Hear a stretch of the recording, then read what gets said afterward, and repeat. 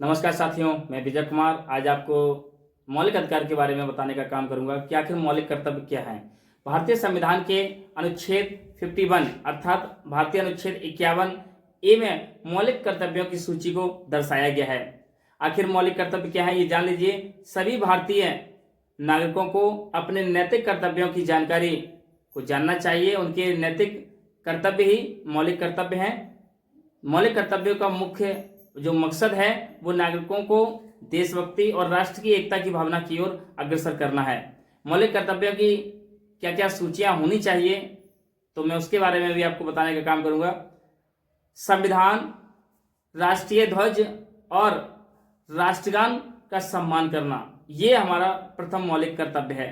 दूसरा, स्वतंत्रता की एकता और स्वतंत्रता के लिए लड़े गए आंदोलनों के आदर्शों को अपनाना और उनका पालन करना। भारत की एकता और अखंडता और संप्रभुता की रक्षा करना, देश की रक्षा करना और राष्ट्रीय सेवा करना। भारतीय के बीच सद्भाव और भाईचारे की भावना को बढ़ाना, पर्यावरण की रक्षा करना और उसे बेहतर बनाना, वैज्ञानिक दृष्टिकोण और मानवतावादी को बढ़ावा देना, सार्वजनिक संपत्ति की रक्षा करना और 6 से 14 साल तक के बच्चों को शिक्षा का अवसर प्रदान करना, ये हमारे मौलिक कर्तव्यों की श्रेणी में आ जाता है।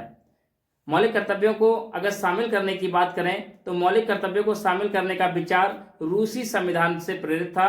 मूल रूप से 10 कर्तव्य थे और लेकिन सन 2022 में 86वें संशोधन अधिनियम के तहत एक और कर्तव्य उसमें जोड़ा गया। तो मैं इसलिए आपसे कहना चाहूंगा कि प्रत्येक नागरिक को जीवन को सफल व सुखद बनाने के लिए अपने मूलभूत अधिकारों का अध्ययन करना चाहिए, अपने मौलिक कर्तव्यों को जानना चाहिए। और वर्तमान समय में भारतीय संविधान में हमें 6 मौलिक कर्तव्य दिए गए हैं।